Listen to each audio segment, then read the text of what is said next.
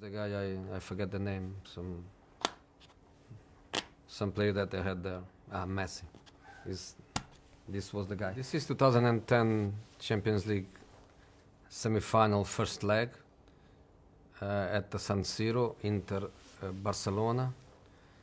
And we played with Julio Cesar in goal. We played with the back four, Maicon, Lucio, Samuel and Zanetti. This was Mota and Cambiaso and Schneider, Eto'o and Pandev. The basic situation. Barcelona at that time, even still today, even before that, the back four, and then Busquets, Xavi, Keita. Iniesta was not starting the game, and then Ibrahimovic was the striker. This was Pedro, and this is the guy, I forget the name, some player that they had there. Messi. This was the guy. So there was a combination of ideas, but basically everything was around not let Messi play. In Italy they were using the word gabbia, that I think the real translation is about like a jail to Messi, because in the end we didn't play man to man, but Zanetti, Mota, Cambiaso, everybody was responsible for any position that Messi could go. Even if Messi sometimes was trying to go more to this side here, he would always go, and then Schneider was going to close. So our defensive approach was based on this positional problem, and probably the only positional problem that we had. A part of that, we just need to be really compact and don't give them too much space. They are going to have the ball more than us, much more than us, obviously, because many times they were moving the ball without hurting, and we must be mentally strong to cope with that. Let them have the ball, but not creating many chances for us. The second part of the plan was exactly how to hurt them, because it's a first leg at home. We need to win the match, we need to score goals. They were not so good coping with the spaces, and we had very fast people.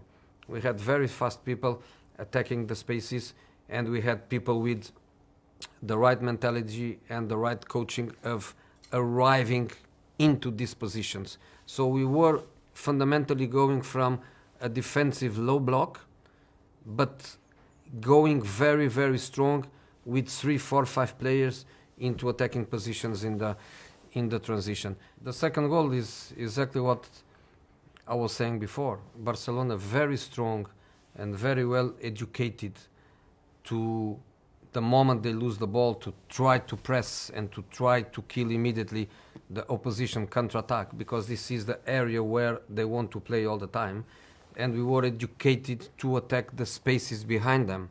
So in this situation here, we had always lots of players ready to attack the space behind both fullbacks. Which player should attack these spaces? Anyone. In this case, the player that attacked the space was Milito.